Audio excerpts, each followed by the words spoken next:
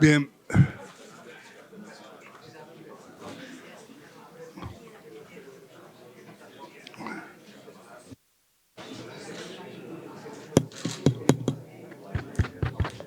Bien.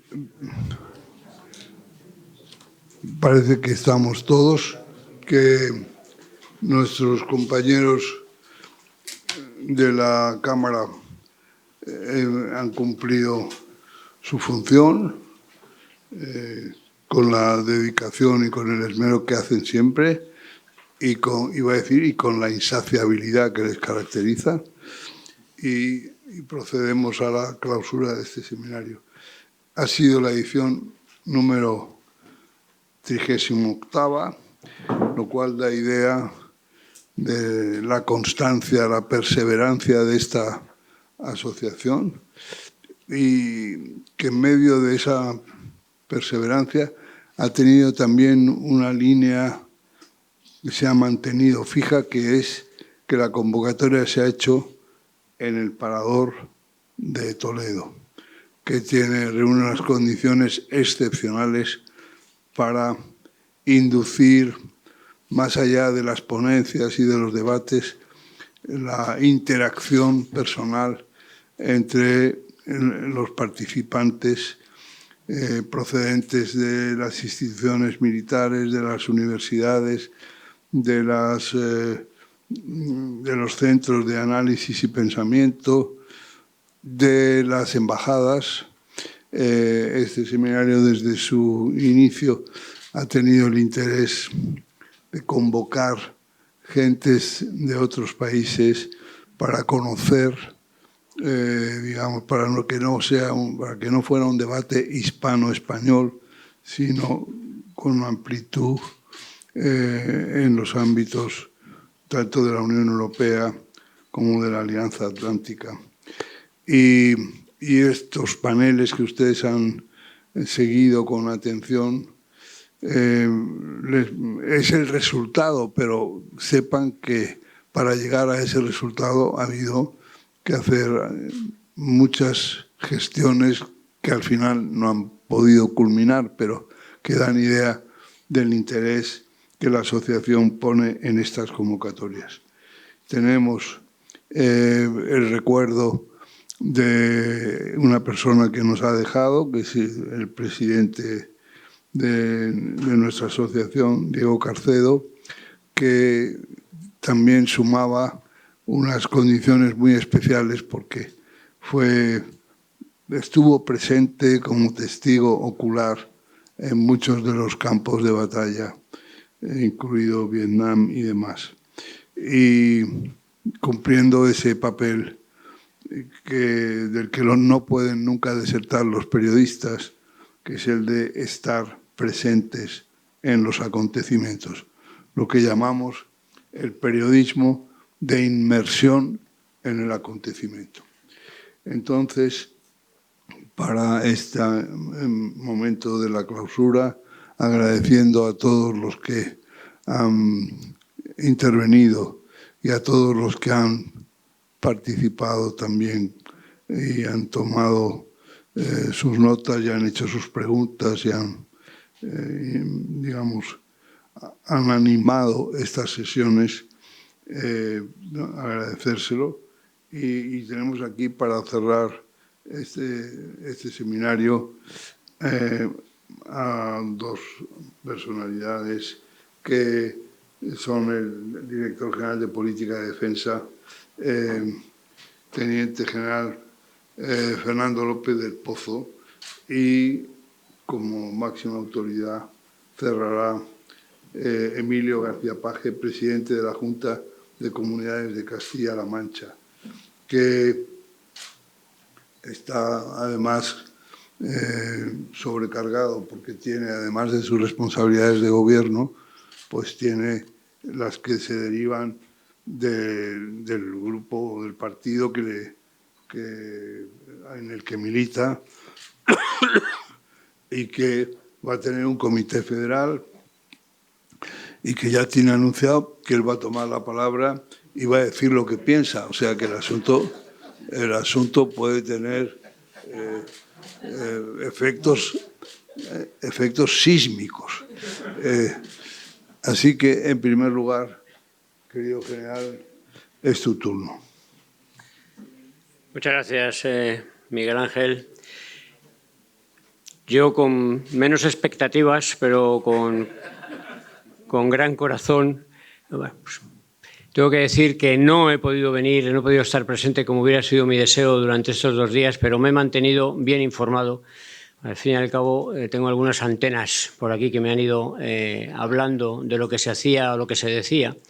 Y según ellas, y además estoy seguro porque ya conozco varias ediciones, han sido 2 días de intensos y iluminadores debates.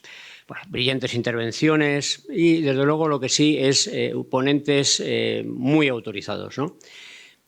Y viendo un poco los resúmenes, pues me ha parecido detectar con claridad muchas coincidencias y algunas divergencias. Y coincidencias que yo me gustaría resaltar, me gustaría subrayar. La primera, la que más me salta a la vista, es que hay consenso generalizado en que estamos ante un cambio de ciclo en la escena internacional.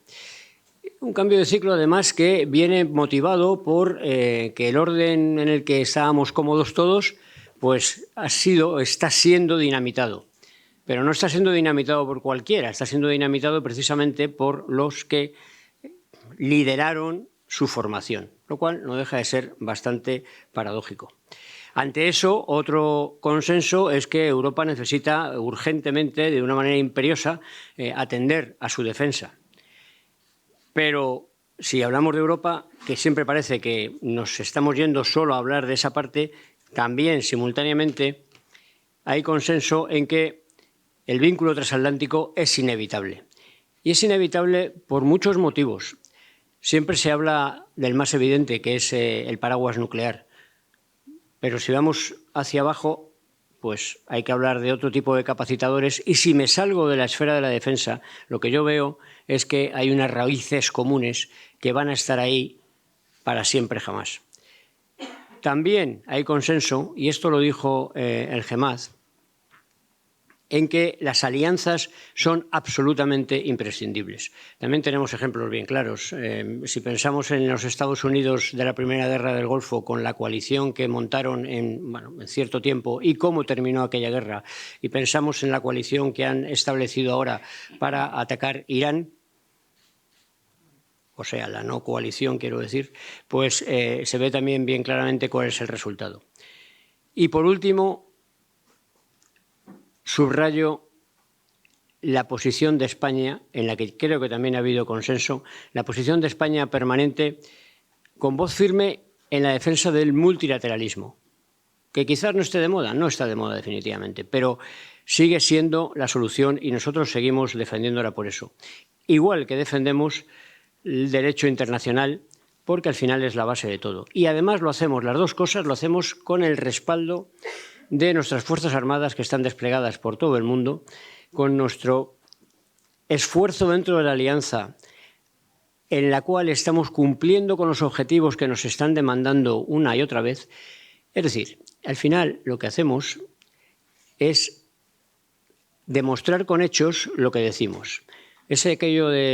Por aquello que siempre en las clausuras habrá hay que decir algo culto, así, ¿no? Que suene como, y me decía uno de mis jefes artillero, decía facta, no verban.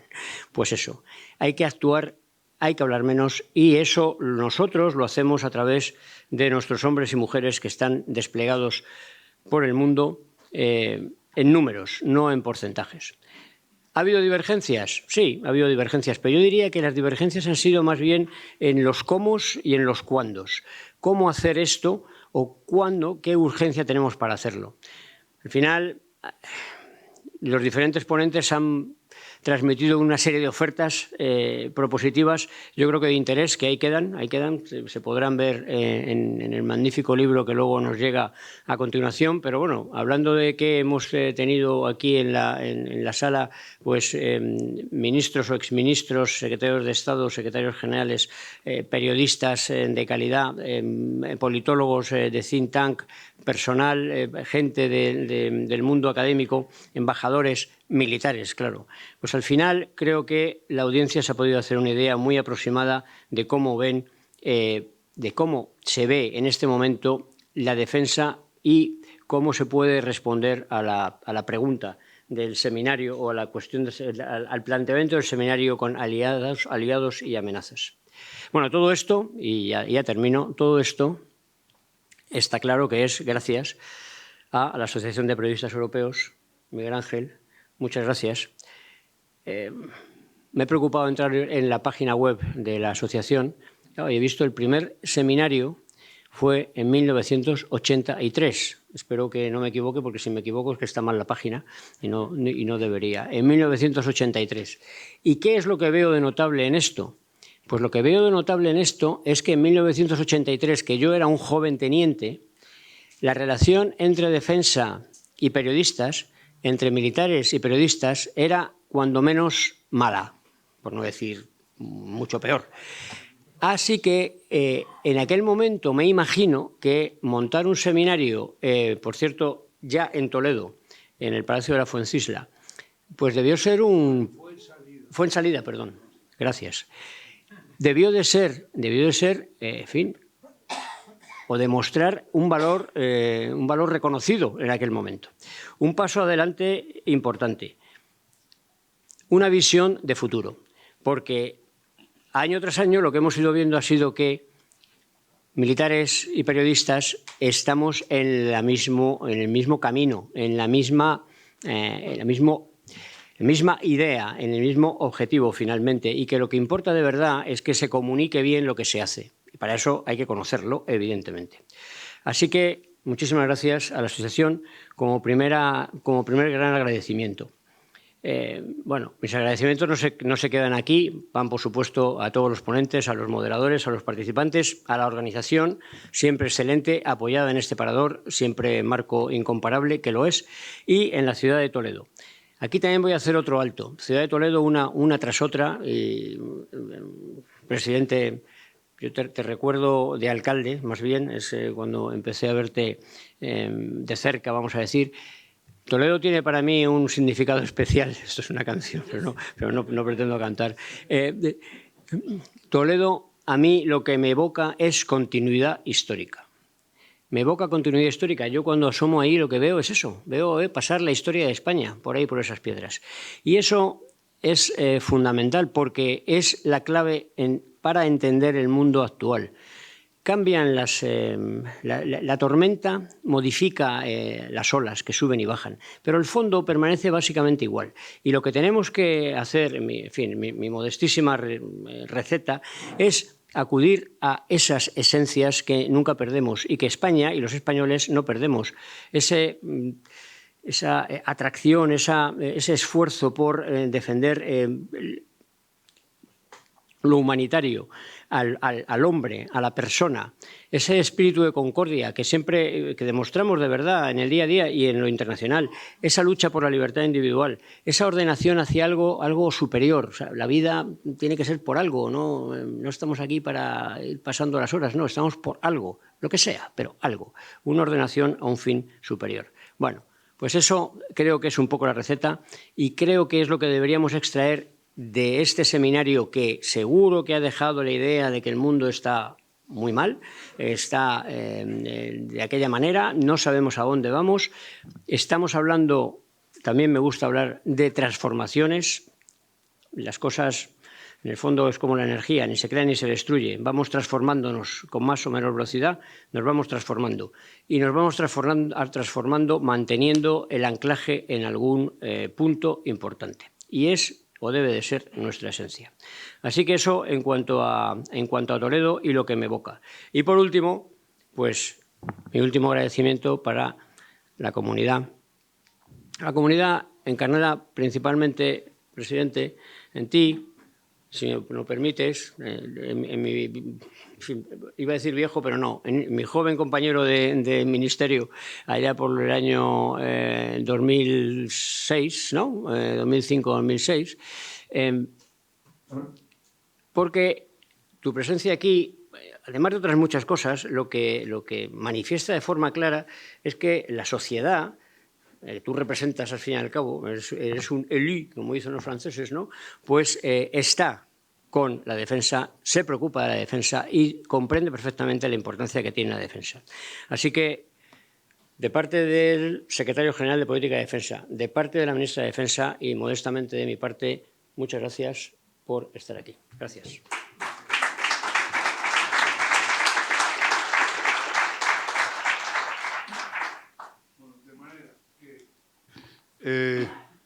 Hemos examinado aquí muchas cosas que nos has repasado. Hemos visto cómo algunos que eran para nosotros, en fin, del cuerpo de bomberos, o si se quiere el bombero fundamental, se ha convertido en pirómano. Me refiero a nuestro Trump, ¿no? Y después hemos visto también cómo ese afán de yo solo, que tienen los niños pequeñitos, yo solo, pues le ha empequeñecido. Es decir, Estados Unidos siempre se hacía y tenía como un interés especial, se hacía acompañar. Yo tuve ocasión de visitar alguna de esos acompañamientos. ¿Qué hacíamos en Irak? Pues no hacíamos gran cosa, más bien acompañábamos. Y en otros sitios también hemos acompañado. Y llevamos allí a los costarricenses y a los salvadoreños y a los no sé qué, que estaban completamente pero ¿qué hacemos aquí, no? Que fue cuando gritó aquello de viva Honduras. El ministro Trillo, que fue un desconcierto, me dijo, esto es lo único que va a salir en los medios españoles. Y se sigue recordando. Sí. Inolvidable. Entonces, luego estamos en ese momento bueno, pero hay que tener muy en cuenta lo que decían las madres a sus hijos cuando iban a hacer el servicio militar. Hijo mío, no te signifiques. Hay que saber que si nos significamos, eso tiene un precio que nos lo van a cobrar. Y entonces medirlo, no digo ninguna otra cosa. A lo mejor hay que significarse mucho más todavía, pero sabiendo que esas cosas no son gratis. Y entonces, dicho eso y otras cosas y coincidiendo con el general en la mención a quien nos acompaña, siempre que hay que hacer, siempre viene de bombero cuando hay que cubrir un puesto. Nuestro consejero de Hacienda y Administraciones Públicas, Juan Alfonso Ruiz Molina, que estuvo en la inauguración y la compartió con el GEMAT, que tuvo una intervención de primer orden. Así que ya no nos enganchamos más. Querido presidente, muchísimas gracias por el apoyo que prestas con tu presencia, con tus palabras y también con tu ayuda económica, porque las cosas no se hacen en el vacío del laboratorio. Necesitan, al final, ya lo dijo Napoleón, el dinero es el nervio de la guerra, aunque algunos han invertido el asunto y han convertido el dinero en el nervio de otras cosas que no nos gustan, en las que no entraremos para no hacer las cosas más difíciles de los que están. Adelante, presidente. Muchas gracias.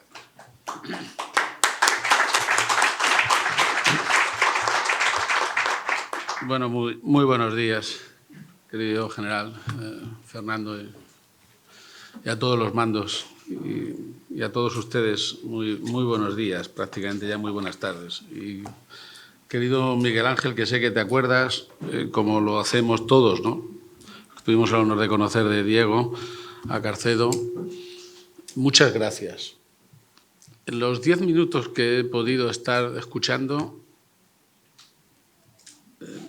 probablemente he ganado en información y en experiencia más de lo que llevo en toda la semana e incluso cuando termine la semana. Siempre me llamó la atención que se pueda hablar, como bien has dicho, de defensa y de seguridad con medios de comunicación. Porque, francamente, siempre uno ha entendido que la seguridad tiene mucho que ver con la discreción. Y eso es algo a lo que seguramente no ha podido ni ha querido renunciar nunca a Miguel Ángel. Yo te doy las gracias porque simplemente estos 10 minutos me permiten ganar en optimismo. 38 años y en Toledo haciendo esta experiencia ya es un mensaje en sí mismo. Son más años de seminario que vida tienen algunos países en Europa. Y es un mensaje sobre todo para combatir dos males que son determinantes y lo son en el momento actual quizás más que nunca. Primero,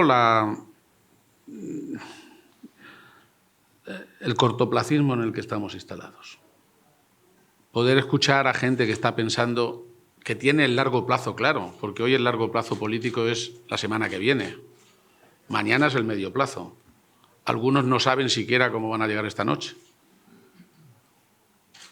Esto es enormemente nocivo, es uno de los grandes males que tenemos. Pero poder ver que hay gente que tiene mentalidad estratégica global en el corto, en el medio y en el largo plazo es realmente una bombona de oxígeno, ¿eh? Hoy la política adolece, quizás es la manifestación más extrema, más radical del populismo rampante, de un cortoplacismo tremendo. Y no toda la culpa la tiene Twitter ni la tienen las redes, ¿eh? Básicamente la enorme debilidad y precariedad política, que a su vez lo es del liderazgo político, ¿no? Y algo comentaré en ese sentido, ¿no? Aunque no está nada relacionado con el sábado. Y además permite combatir también el populismo. En más de una ocasión, algunos de los que son más habituales ya me han escuchado decir que lo más caro lo más costoso, mucho más que lo que cuesta la seguridad y la defensa, es lo que cuesta la inseguridad. Parece mentira que tener que repetir algunas cosas de puro sentido común hoy es no solo noticia, sino además muy necesario, porque vivimos en una cierta tiranía de opinión pública que además ha perdido el control sobre sí misma.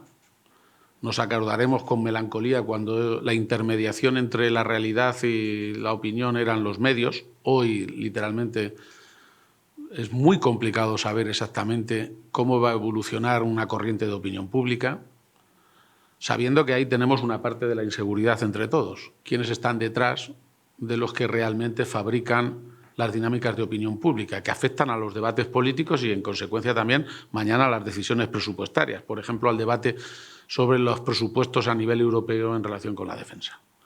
Bueno, nosotros intentaremos desde nuestra humilde responsabilidad contribuir a que se imponga el sentido común, a combatir uno de los males que tiene la política actual, no solo en España, pero en España de una manera muy elemental, que es el populismo. Es un populismo que nació en el Occidente, sobre todo a partir de la crisis del 2007, que es una crisis de una carga amoral impresionante. Nos caímos del guindo todos. No nos hemos terminado de recuperar de las consecuencias de esa crisis que dio entrada en Europa entera. Europa tenía un ambiente de estabilidad y de optimismo increíble antes del 2007, que además se respiraba en España, y que se notaba incluso en los niveles de endeudamiento público, que estaban muy por debajo de la media histórica, en un 65%.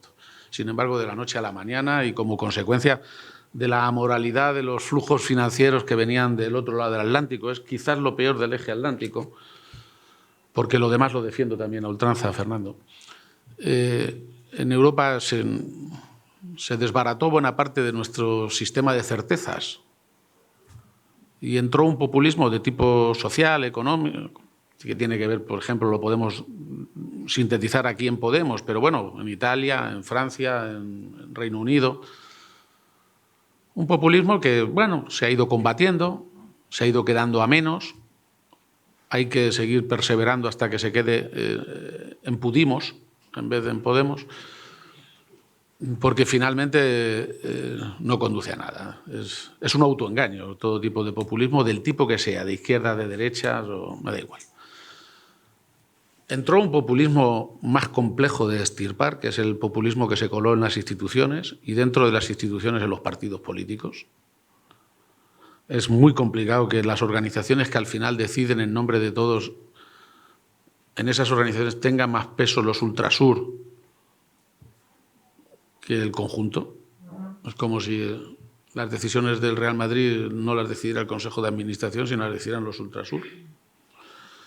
Esto es algo que no va solo con el PSOE, va con en general, pero no se escapa el PSOE de esta dinámica que hace tan complicado que se abra paso a veces simplemente mantener un discurso vivo más de una semana o más de un mes, no digamos ya un año. Y hay un tercer planteamiento que en España se coló, que este ya es muy genuino de España, que es el populismo independentista. Este también se coló y además tiene mucho que ver con la ansiedad de la crisis. Digamos que en algunos sitios la excusa era la culpa la tiene el bipartidismo, la excusa la tiene el sistema de democracia representativa, no nos representan. Bueno, todas estas cosas que se han ido cayendo con el paso del tiempo y con algún esfuerzo, ¿no? Pero, claro, otros lo que se plantearon es España nos roba. No deja de ser una salida más populista a un planteamiento de ansiedad cuando de la noche a la mañana nos encontramos con el 35% de la población en la cuneta y con una crisis de autoestima nacional y colectiva verdaderamente tremenda. Bueno, yo creo que este es el objetivo de fondo para poder reconfigurar un poco la normalidad, bendita normalidad, bendito aburrimiento democrático en vez de tanta alegría y tanto interés. No podemos tener más entretenimiento, uno no se puede despegar del informativo, ¿no? Y en cuanto haya terminado, lo primero que preguntaré es si se ha abierto alguna causa más o una cosa así. ¿No? Esto es entretenidísimo, pero verdaderamente enormemente peligroso y enormemente negativo. Presidente, esto es muy interesante, pero no sé si te has dado cuenta que estamos defraudando a los hispanistas, porque los hispanistas tenían todo preparado para venirse aquí a contar la próxima guerra civil y resulta que decidimos reconciliarnos y hacer una transición ejemplar que admiró al mundo y ahora resulta que estamos en una versión de que la transición fue una cuadrilla de desgarramantas que se unieron con los franquistas para ignorar lo que había pasado en España. Esto es muy grave, pero no te quería interrumpir. Bueno, y el exponente... Pero que muchos amigos de estos, digamos, hispanistas, vienen aquí a contarnos y no tienen que vacunarse como cuando van a Eritrea. Venir a contar una guerra civil en España, eso es fantástico. Por algún día del mes subes un poquito a Somosierra a ver cómo se matan estos bárbaros y el resto de la semana lo pasas en el Palace harto de whisky y sin necesidad de vacunarte. Perdona que te he desviado, vuelve a la cuestión. Pero sabes que vamos a coincidir en muchas de esas reflexiones. De todas maneras, en relación con nuestra eterna incomodidad con nosotros mismos que se da en este país, digamos, el exponente más claro del absurdo guerra civilista que se plantea hoy en los nietos que nunca vivieron la guerra, ¿no? Ni las consecuencias, el enorme drama es el exponente, si quieren, para mí más obsceno, más lamentable de todos, es haber terminado pactando la ley de memoria democrática con Bildu. A partir de ahí comprenderán que casi todo es un desquicio. Es absolutamente increíble, ¿no? Yo soy de recordar y de no perder la memoria, es esencial, porque en el cortoplacismo en el que nos instalamos uno termina perdiendo las referencias y yo me quiero quedar siempre con las corrientes de fondo en vez de con las corrientes de superficie. Y les digo que desde mi perspectiva, y no me voy a extender, yo tengo una mentalidad muy optimista, a pesar de todo. Optimista de España y optimista, quizás me ayuda, como dice Fernando, el hecho de saber que lo que termina durando es aquello que se hace con mejor vocación de permanencia y de trascendencia, no lo más miserable. Pero tengo una mentalidad muy positiva, ¿no? Un país como el nuestro, prácticamente sin riquezas naturales, sin ni siquiera buen clima, Ni siquiera. Bueno, es un buen clima para la playa, pero no es un buen clima para las cosechas. Eso lo tienen mejor en Francia y lo tienen muchísimo mejor en toda Europa, ¿no? Que van hasta por 2 cosechas. Aquí no las vemos y no las deseamos. De manera que no. Es un país que en realidad, ¿cómo es posible que estemos siempre entre los 10, 12, 9, 8 países con más capacidad del planeta? Yo creo que al final lo que necesitamos entre todos es invertir un poquito en nuestra autoestima. Nos tendríamos que obligar a que cada vez que señalamos que algo va muy mal, digamos que hay muchas cosas de las que nos sentimos también orgullosas, ¿no? Y a veces no hay que inventar la pólvora, simplemente con mirar la historia de éxito que ha significado la transición, que hoy se celebra 50 años, el inicio de la transición este año, y dentro de nada celebraremos 50 años de la única constitución de todos que ha tenido este país, esta nación. De manera que, y además con vida por delante, porque no se me antoja que nadie pueda presentar una alternativa global al modelo que tenemos. Sí, arañazos, pero no otra cosa. Pero tengo una mención, incluso la tengo de Europa. Yo sé que ahora mismo hay una opinión muy lamentable en relación con el funcionamiento de la Unión Europea. No nos podemos engañar. En España estamos gestionando mal nuestro propio éxito. Debiéramos celebrar como éxito de país que se nos hayan quedado estrechas las autovías, que se nos hayan quedado atrás las líneas de alta velocidad e incluso que haya cientos de empresas esperando tener un cable al que enganchar para abrir. ¿Y por qué digo que eso tendría que ser un motivo de satisfacción y de preocupación también? Porque hay que arreglarlo. A la postre es dinero. Y a veces ni siquiera, es legislación y que alguien se dedique a gestionar, a tener estrategia de país y no solo la estrategia del día de mañana, ¿no?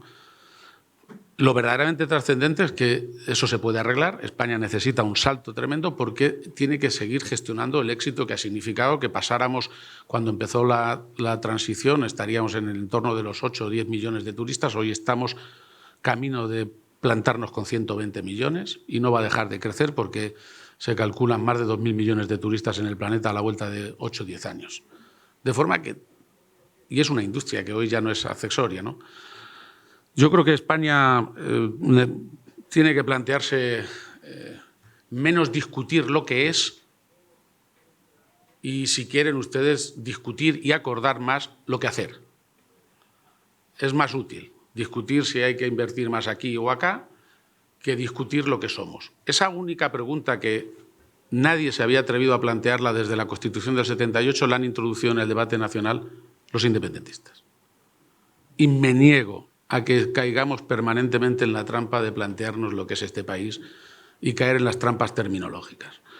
Pero desde ese optimismo de fondo, que yo creo que finalmente todo va a terminar en su sitio, porque sí, lo tengo también de Europa.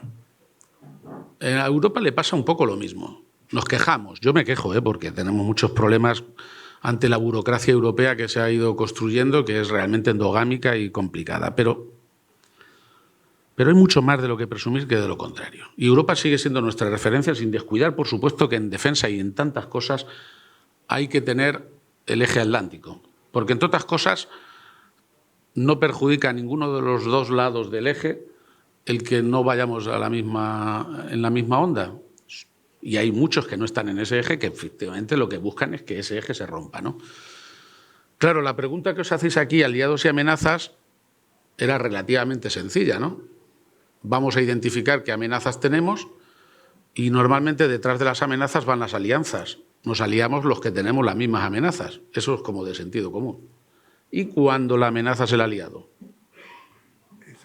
Y cuando no estábamos preparados. Es muy difícil estar preparado cuando el aliado es el que amenaza o el que te genera inquietud o incertidumbre.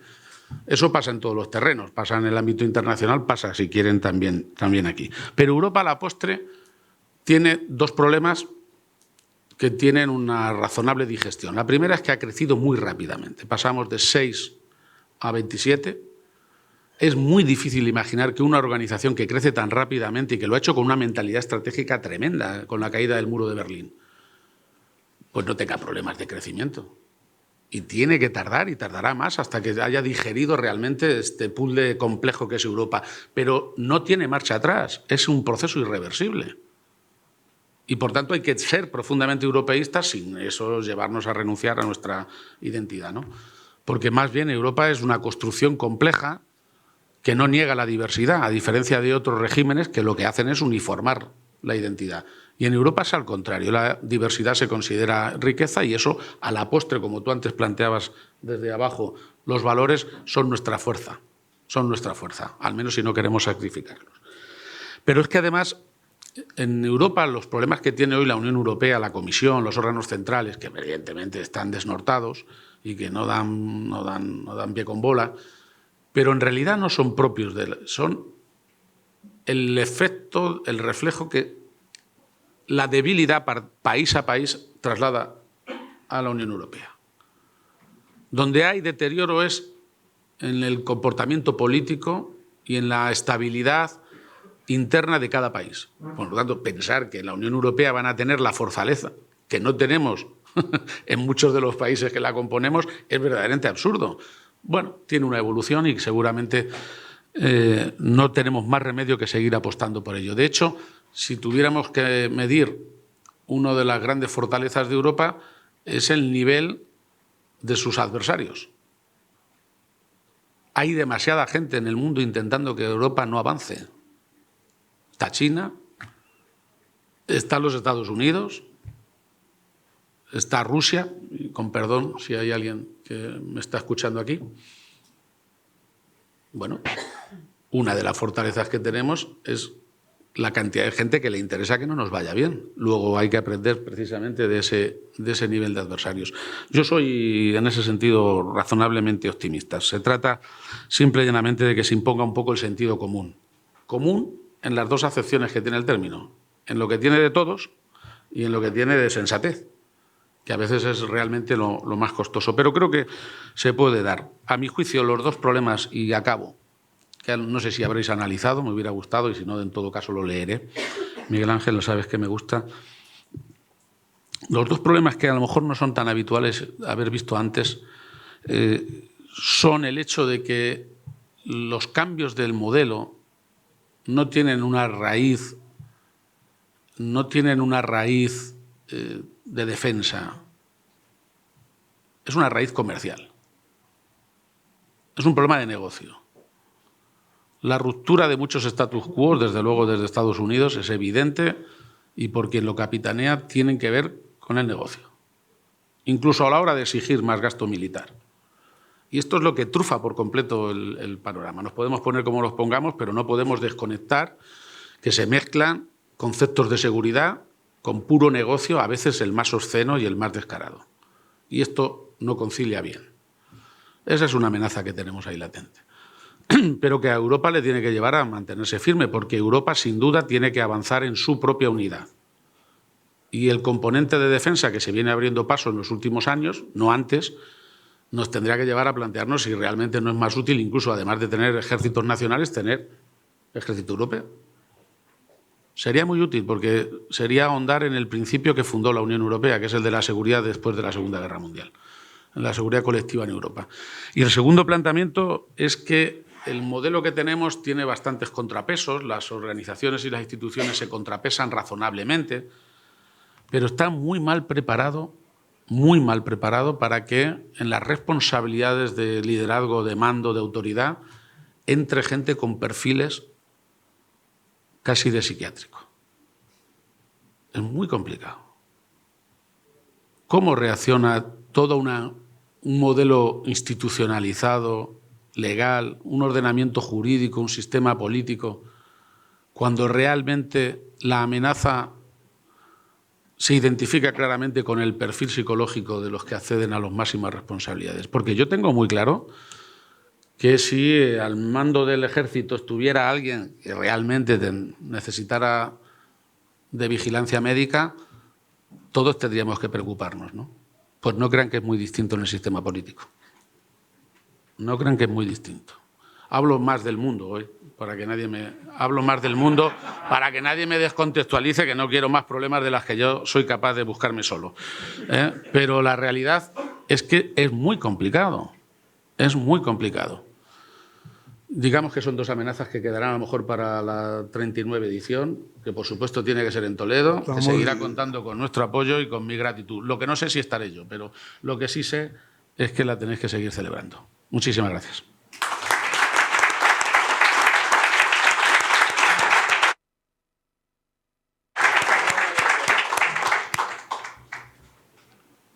Creo que nos van a dar de comer.